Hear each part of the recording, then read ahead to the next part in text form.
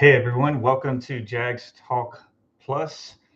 I'm Shannon. I'm here to talk about the Jags' frustrating piece of garbage game Sunday.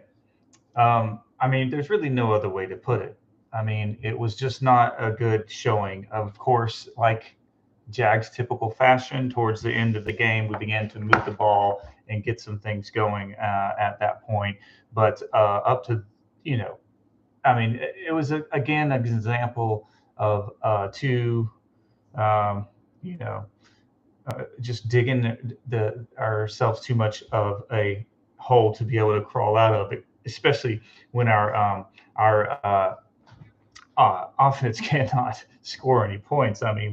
We've scored 30 points roughly in two full games, and that's just not going to cut it in the NFL, particularly when our defense has played winning football. They have not. I would say the defense have been phenomenal and exceptional in every way, but they've played really good defense and enough for game-winning defense that there is a little bit of a hint of an offense that could score some points. So before we look at a couple things that I want to talk about today, because there's really, it's really getting to the point now where we're 2 weeks into the season and I'm already frustrated about having to talk about just a poor poor example of what an NFL team could look like. We just this past Sunday was just disorganized. It was like the weather. It was soggy. It was uncalled for. It was surprising. It was not anything that we thought this team was going to be. And again, I don't want to just beat it completely down, beat the team completely down, because yeah, we've dug ourselves a hole and we probably aren't going to make the playoffs. And I understand, hey, it's way too early to say that. And look, I hope I'm wrong, and I do think that sure, we can come back.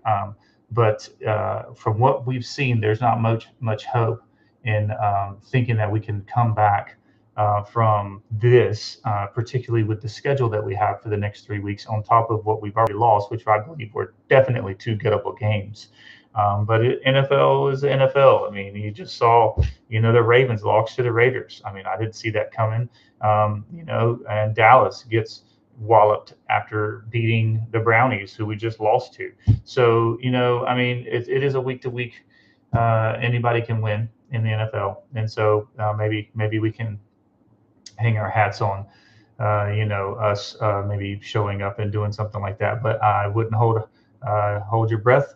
But here's the story. Here's, like, if I just give you these stats here real quick, I think at that point you're going to be able to tell, or at least if you had not even watched the game, and you saw the scoreboard and I tell you these stats, you would be overwhelmed and surprised that we didn't get crushed by the Browns when it comes to score. But that's because the Cleveland Browns defense is exceptionally well. Their offense sucks. And what does that tell us about us? We just lost to a team that's not good. Their defense is good, but their offense is terrible. And we were worse. And I heard that today from today's uh, shout out to 1010XL, who I listen to a lot as well and consume content there in Jacksonville. That's exactly what their words were. And I want to make sure I give credit where it's at. But their credit, what the credit that I'm given that they said is exactly what happened. It's like the Cleveland Browns is not a very good team, and we played worse than that. And what's that say about us? And when they said that, it's true. But you know, it's frustrating. But here it is. First quarter, we had two possessions. That's it. First quarter, we had two possessions. Punt, punt. Cleveland Browns had one. They went all the way down the field and scored touchdown. Granted, we can talk about that in a minute. They were aided by some some penalties, some that I don't believe probably should have been called, ticky tack, whatever you would call it, but they're going to happen. It's going to take place. We had multiple times to get them off the field, and we didn't do it. Second quarter, we had 2 possessions. We had a field goal, and that was it. The last possession we had was 20 seconds left in the half, and we hit Travis Etienne for a screen, gets tackled. There's no reason to even run another play, and that's it. And the Cleveland Browns get 2 possessions, and they go field goal, field goal. So when you come away with 4 possessions in the first half, and you have a punt for one, and then you have a punt for the second one. So now that only means you have 4 possessions for the first half. You've already punted twice, and then the second quarter, you have our 2 possessions, which are field goal, and that's it, and then in and half. So 4 possessions, you punt it twice, and you only score on one, and it's only a field goal. With an offense that's boasting, supposedly, Trevor Lawrence, Travis Etienne, Christian Kirk. Okay, yeah, Evan Ingram had a game time decision where he couldn't go, and that stung, of course. But Britton Strange, I mean, you can't replace Evan, but Britton Strange came in and he was serviceable for sure, and he did some really good things. And who knows what he. And you come away with 3 points against the Browns, and I understand their defense is good. I understand that their defense is good. Okay, and I'm admitting then. Yeah, I mean, you held the Browns to 16 points. They got a safety at the end. So if you hold a football team in the NFL to 16 points, I mean, you got to win the game. I mean, that's just mediocre offense gets that, and we couldn't even have mediocre offense. So, yeah, frustrating. So let me give my thoughts real quick on a couple things, and then I'll move on to the defense, and then just some final thoughts about the Jags as we come to a close and get ready for a Monday night game against the Buffalo Bills. And that's going to be tough, but we'll get to that at the end. First half, in the first possession, or the first sack that we see that Trevor takes. I'm sorry, not Trevor. But when we needed, it was the second play and of the game when we had the ball, and we got aided by a penalty, and then we came up, and then we handed the ball to Travis Etienne, and he just needed to get a couple of yards for the first down.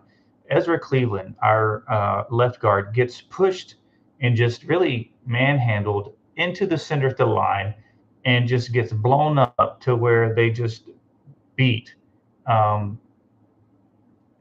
Travis Etienne to the hole, and he doesn't even get anything hardly at all. So again, Ezra Cleveland, our left guard, and he's not played terrible, but he just gets blown up. And then in the second half, the first drive of the second half, Cam Robinson, who's supposed to be a good left tackle, and I'm not saying he's not, but he completely whiffs on the guy and really kind of just watches him go by. And I can only imagine what he's saying in his mind. Hopefully he's saying, I'm about to get my quarterback killed. I don't know, but he completely whiffs, and Trevor Lawrence gets rocked and sacked. It's like and it happens often, but when our offensive line, and I'm not talking about Trevor holding the ball. There's definitely a sack that Trevor took this game that I recall, where he held the ball way too long, and he had great protection. I had max protection, and he was protected for a while. He's just got to be able to get rid of the ball, and he took a sack. I'm sitting there yelling at the TV, throw the ball, get rid of the ball, get rid of the ball, get rid of the ball, and boom, he gets sacked. So that's on him. But majority of the time, when he gets sacked, I mean, it's whiffs across the board. It's not even close. I mean, our guys are getting beat critically. Like, it's not even close. And so Cam watches this guy run by, and he obviously has sacks Trevor Lawrence. The last drive of the absolute game, well, not the last drive of the game, next to the last drive where we took the safety. Okay, um, we we're on the 1 yard line. I mean, is anybody out there like, aren't you thinking no matter what? Two things. First off, you better be like at the best of the best blocking right now that you've ever been, because you are at a 1 yard line, and we gotta, if we're gonna pass the ball, we gotta block like we've never blocked before to give him some time. You would think that. And the last drive, all right, Ezra Cleveland again gets um, gets tackled. I mean, gets the right, the defensive end right beats Cleveland on the inside, gives him an arms underneath him, and comes and forces. And that's when Lawrence was forced inside, and he sacks Lawrence. So Ezra Cleveland again, and then on the last drive of the game, Brandon Sheriff gets beat, whiffed, comes right up the middle to where Lawrence has to get rid of the ball quicker than he wants. And he just didn't have time. Lawrence took definitely one, maybe two sacks from holding the ball too long. I know one for sure that I just was like, what are you doing? Throw the ball. But I mean, the kid doesn't have time a lot of the times. And I'm talking, it's not even like block for a little bit and then give up your block. It's not even blocking, it's whiffing or getting beat so bad that they're in the backfield before, even if it's a play action, that Trevor can finish faking the handoff. So it's I mean, that's just play. That's not talking the mishandling of the game management, where we're all the way down trying to score a touchdown, and in fact, the touchdown gets taken away because of an illegal procedure by Dearness Johnson, the running back, number 2, who knew it, but it's just unfortunate, but took the touchdown away. But hey, it's 2nd and 7. You still got to go and get the touchdown, still make a play. And where is Kirk at? Where's Christian Kirk at? Is he not in the game plan, or is he just, are they doubling him up? Because if they are, that's pretty impressive that they're doubling him up, and we can't even at least use Brian Thomas Jr., who's obviously got, he's uber talented, and he has shown and flashed enough that he can be an elite talent. But where is Christian Kirk? Like, I mean, these slots and these on the same page with Trevor Lawrence, and giving these one jukes to the other juke, and they just know where each other's going to be. Where is that at? Like, I mean, I haven't even seen it. I mean, it's mind-boggling that this is even happening at the rate that it's happening with our offense. I mean, and when we give these sacks up, they are at critical times of the game. Um, you know, it makes me wonder, like, I don't even know, like, I get what they're trying to do on the next to the last drive when we had that safety. You got to get out of the end zone. But I thought to myself, before they even called the play, I didn't even feel confident to even run a pass play there. Like, maybe just, I mean, at this point, I'm like, quarterback, sneak it for a yard or two to see if you can just get some breathing room. I know it's only a minute 27 or a minute and 40 seconds left or whatever it was, but it's like, when Trevor steps back and we got our offensive lineman whiffing on these blocks, like, I mean, the kid's not Superman. So, it's just, it's mind-boggling at how inefficient our offense looked, and then the game management of, us getting all the way down there, and then having to have the illegal formation penalty, and then we're having to call timeouts because we're trying to keep from being backed up 5 yards because of the play clock violation. Like, this is elementary stuff. Like,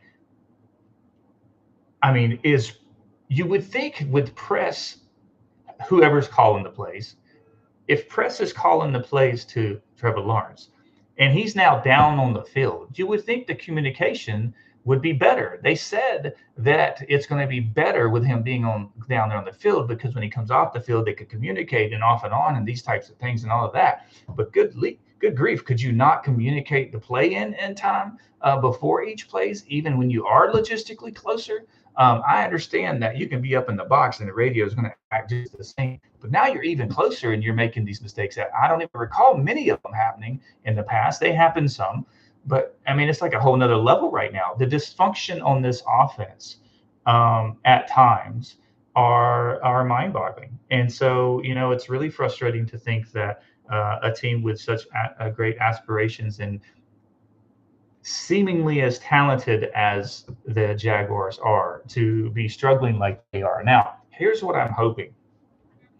I'm hoping this is like the Chiefs of last year, or the Bills of last year, or the great teams in the past who come out the gate stumbling and they just do not look good. But by the end of the year, they are humming on all cylinders and they look sharp. So maybe, perhaps, this is just one of those things where we come stumbling out of the gate and we don't look good.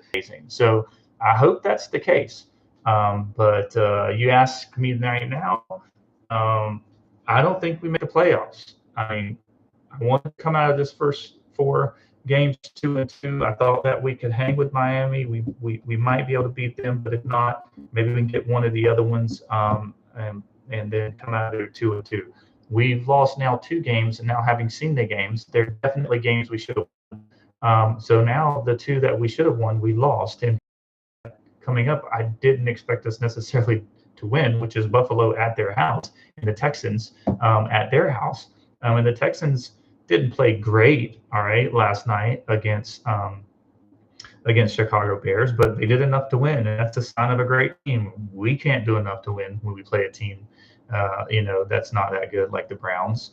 And so, it's very possible we may be 0-4, and then going to play against the Colts. And although that's at our house, the Colts aren't a terrible team. They're not great, I don't think, but apparently you can be a bad team and beat us right now because we're playing worse than that. So, I just don't understand what's going on. It's really weird to try to diagnose what's going on with the team, and it's so weird, and it's so difficult to diagnose that even Doug Peterson during his press conference is at a loss for words most of the time, and I don't blame him, because I don't know if he even knows right now what it is, and I'm sure they'll go back to the drawing board and they got the take to look at in ways that we don't, and they're obviously have way more knowledge at football and everything that needs to take place within the building than we do, and no doubt that they'll be able to make some leeway or make some sense of what took place, and then teach it better, and hopefully things change. But I mean, they just even right now, I mean, it's like they just, I mean, they can't really believe it either. It's like they're as shocked as we are, and rightfully so. I mean, we all expected this team to be better, and they're not. So anyway, there's that. If you happen to, just a little word of this with this podcast that I enjoy doing this. It's a hobby. I say this each and every week. I really enjoy talking about the Jags. It's way better when we win. So hopefully we start turning things around, and this becomes more of a fun place. But if you're joining us live, then you can obviously type in the chat and ask questions. I'd love to give my opinions on it. Primarily, we talk about the Jags here, but it's not always about the Jags. It can be about any other NFL team. I know enough to be able to give opinions around other people's teams as well. So feel free to do that, and at any time that you want to, even during the week when I'm not live, then you can submit questions as well through comments to the videos that you listen to. And so every Monday at 7 p.m. and every Friday at 7 p.m. is when I go live. Mondays to look back over the weekend's games, Fridays to look forward to the game that's coming up, and then we'll do that. Now, we will not be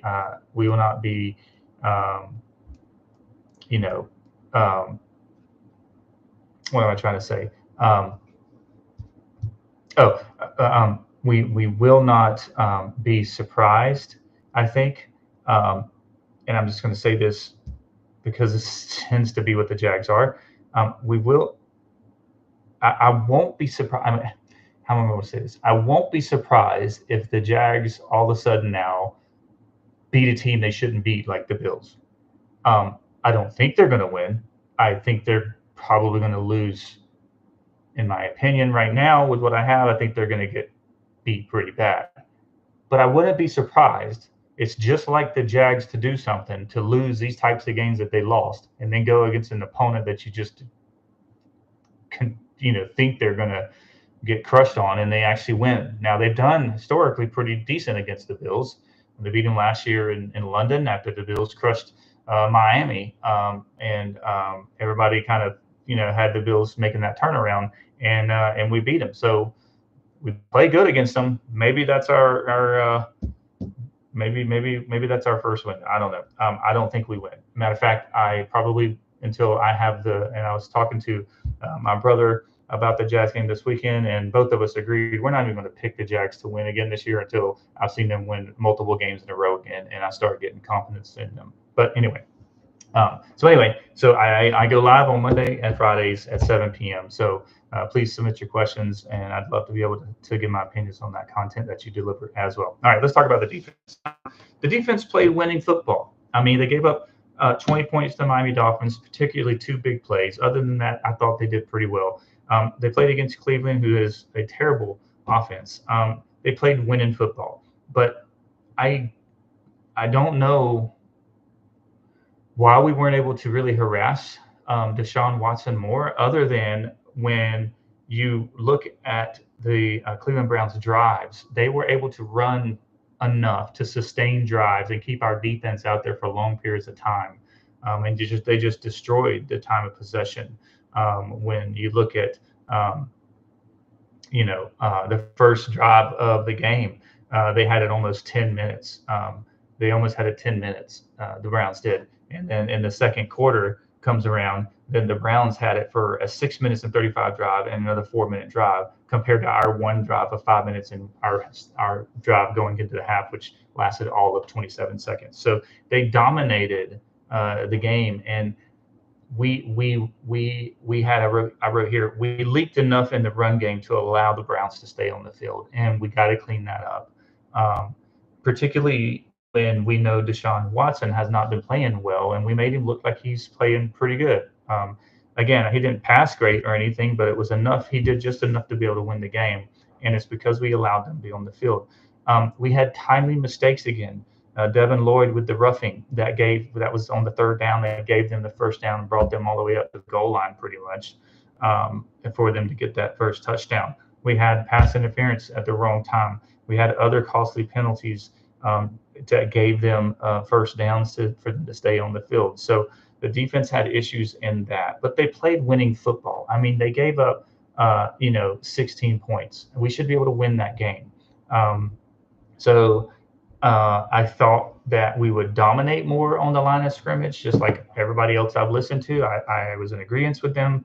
Trayvon Walker, coming off his 2 sacks, I thought was going to do good against the Browns, and he didn't do much.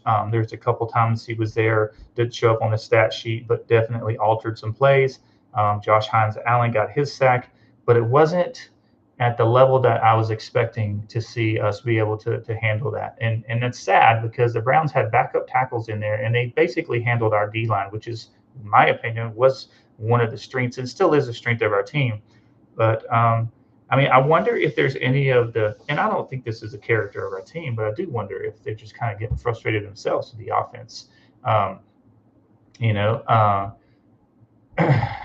So I don't know. I feel like it's frustrating. And so, hey, he's got a comment here. Who's what we got here? Just want to say, who older of 2 nephews in Texas. All right. Well, hey, great to have you here, and I know who you are, and so it's awesome to have you and being a part of this. I'll keep giving the Jags content as much as possible. I know it's frustrating because you're a Jags fan as well, but let's hang in there. All right, let's hang in there. But musical night, I see your comment, and I got you, and I appreciate you being a part. of the podcast here, and it's another great way to connect. So it's awesome. So, but as I was saying, the defense played winning football. It was just quite frustrating to see that they played winning football. Our offense played terrible, and then in the midst of all that, we've had some timely penalties that you agree with or not doesn't matter. The fact of the matter is, good teams overcome that. The Texans played against the Chicago Bears that did not particularly play well, but they won the game, and that's a sign of a good team, and that's what we are. But we got to get there. All right, that's what we just got to get there. So anyway, I am. I'm very concerned about the next 2 weeks. I mean, I think it's very possible we go 0-4 here, and then maybe we get on a run then. But the percentages of a team who is 0-2, particularly that goes 0-4 to making the playoffs, is not good, and so we don't want to be in that category. But I anticipate it's very possible we're in that category, and things will just get louder and louder. I do think that we have a good coaching staff. I disagree with them at times. Where we differ in that. Overall, though, you don't do what Doug did in Philly and just become a bad coach. We have to hold the players to some sort of accountability, like they are holding themselves, and Doug is holding himself as well to accountability, and he should. I just think just fix the situation, whatever it is, play up to the talent level that you guys can play, and I think we start seeing a different season. But it needs to happen. It needs to happen now, and it needed to start last week. But it is what it is. So we got to move forward. So let me give you my last thoughts about the team, and then I'll close.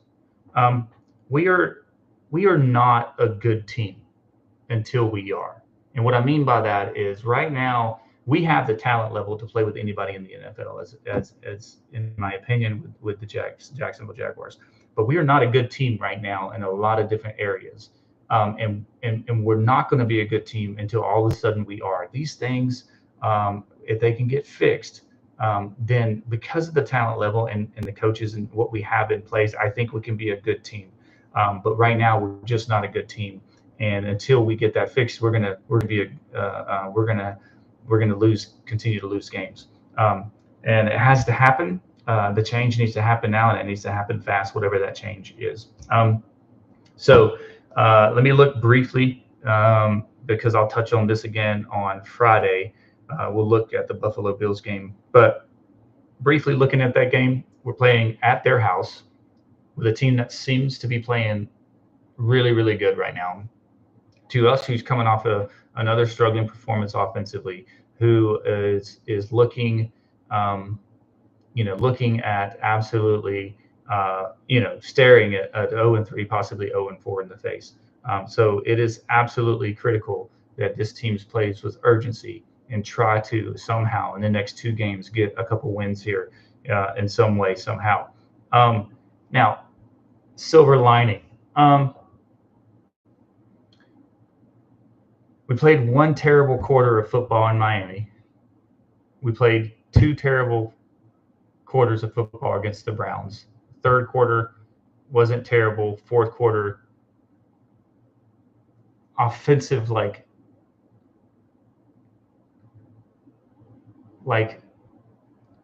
playing the game wise was not bad. Game management and other things were. But I mean, so we've had half of the quarters or so that we've played have not been good. The other half have. So if you can tap into and look at where we've done well, what have we done well, why did that happen, and start kind of really doing some self-diagnosing through that, then I think that we can get to a place where we can begin to at least see that there is light at the end of this tunnel. We just need to tap into that, and that be more of a consistent thing that we see for this team. That's the big issue, is we're just not consistent until all of a sudden we're forced to be, and then it's too late. So let's start quicker with that urgency there, and then move forward with that. And I would also say this: Brian Thomas Jr. is a beast, and the guy is going to be an exceptional, in my opinion. Maybe it's too early to call him a superstar, but I think he's going to be a superstar receiver. I mean, he has that look. We need to just make sure that we include him a lot in this offense going forward, because he needs to be a primary target for Trevor. And I think that I think we'll see that take place, because if we've learned anything about these receivers, these superstar receivers and the quarterbacks of the day, quarterbacks begin to get confidence in them because they make throws that you don't think the receiver can make, and the receiver continues to make those throws. That's what's happened here with Trevor. When he threw that ball deep, and Brian Thomas caught that, he was not open. The defender was above him. Like, everybody would think, why are you throwing it to him? But good receivers make themselves open, and that's what he did. And I think Trevor's going to begin to have confidence in that and not shy away from even taking chances now, knowing that Brian Thomas Jr. has opportunities to make those plays when other receivers might not be able to make them, because I think he's that great of a talent. All right. So yeah, we just cannot play around anymore. We need to fix whatever it is, get going, and move forward. I do like the fire that I saw in Trevor, getting upset, mad on the sideline. We need to see that out of him a little bit. Take leadership of this team, hold guys accountable, and yourself accountable, like he said he is, and Doug said he is, and rally around each other. This is a time when all fans get so frustrated with the team. It feels like everybody turns their back on them. I'm not going to turn my back on them. I'm frustrated. I'm ticked off at them. But I also know that this team is good. I do believe in this team. I believe that the talent is there. And I think because of that belief, I'm going to hold strong to thinking that this team can turn it around. But I'm also a realist and understand that it needs to happen now. And we might have already cost ourselves too much for the end game when these games are calculated by AFC opponents towards the end of the year. It might come back to bite us. But at least we can turn around and start playing some good ball and give us hope if we don't make it this year for the future. But it needs to happen now, because it's getting frustrating and getting to the point where it's really hard to watch at times. But I think with what I think we have as far as our team and what I think we have as far as the coaches, I think we can see this turn around.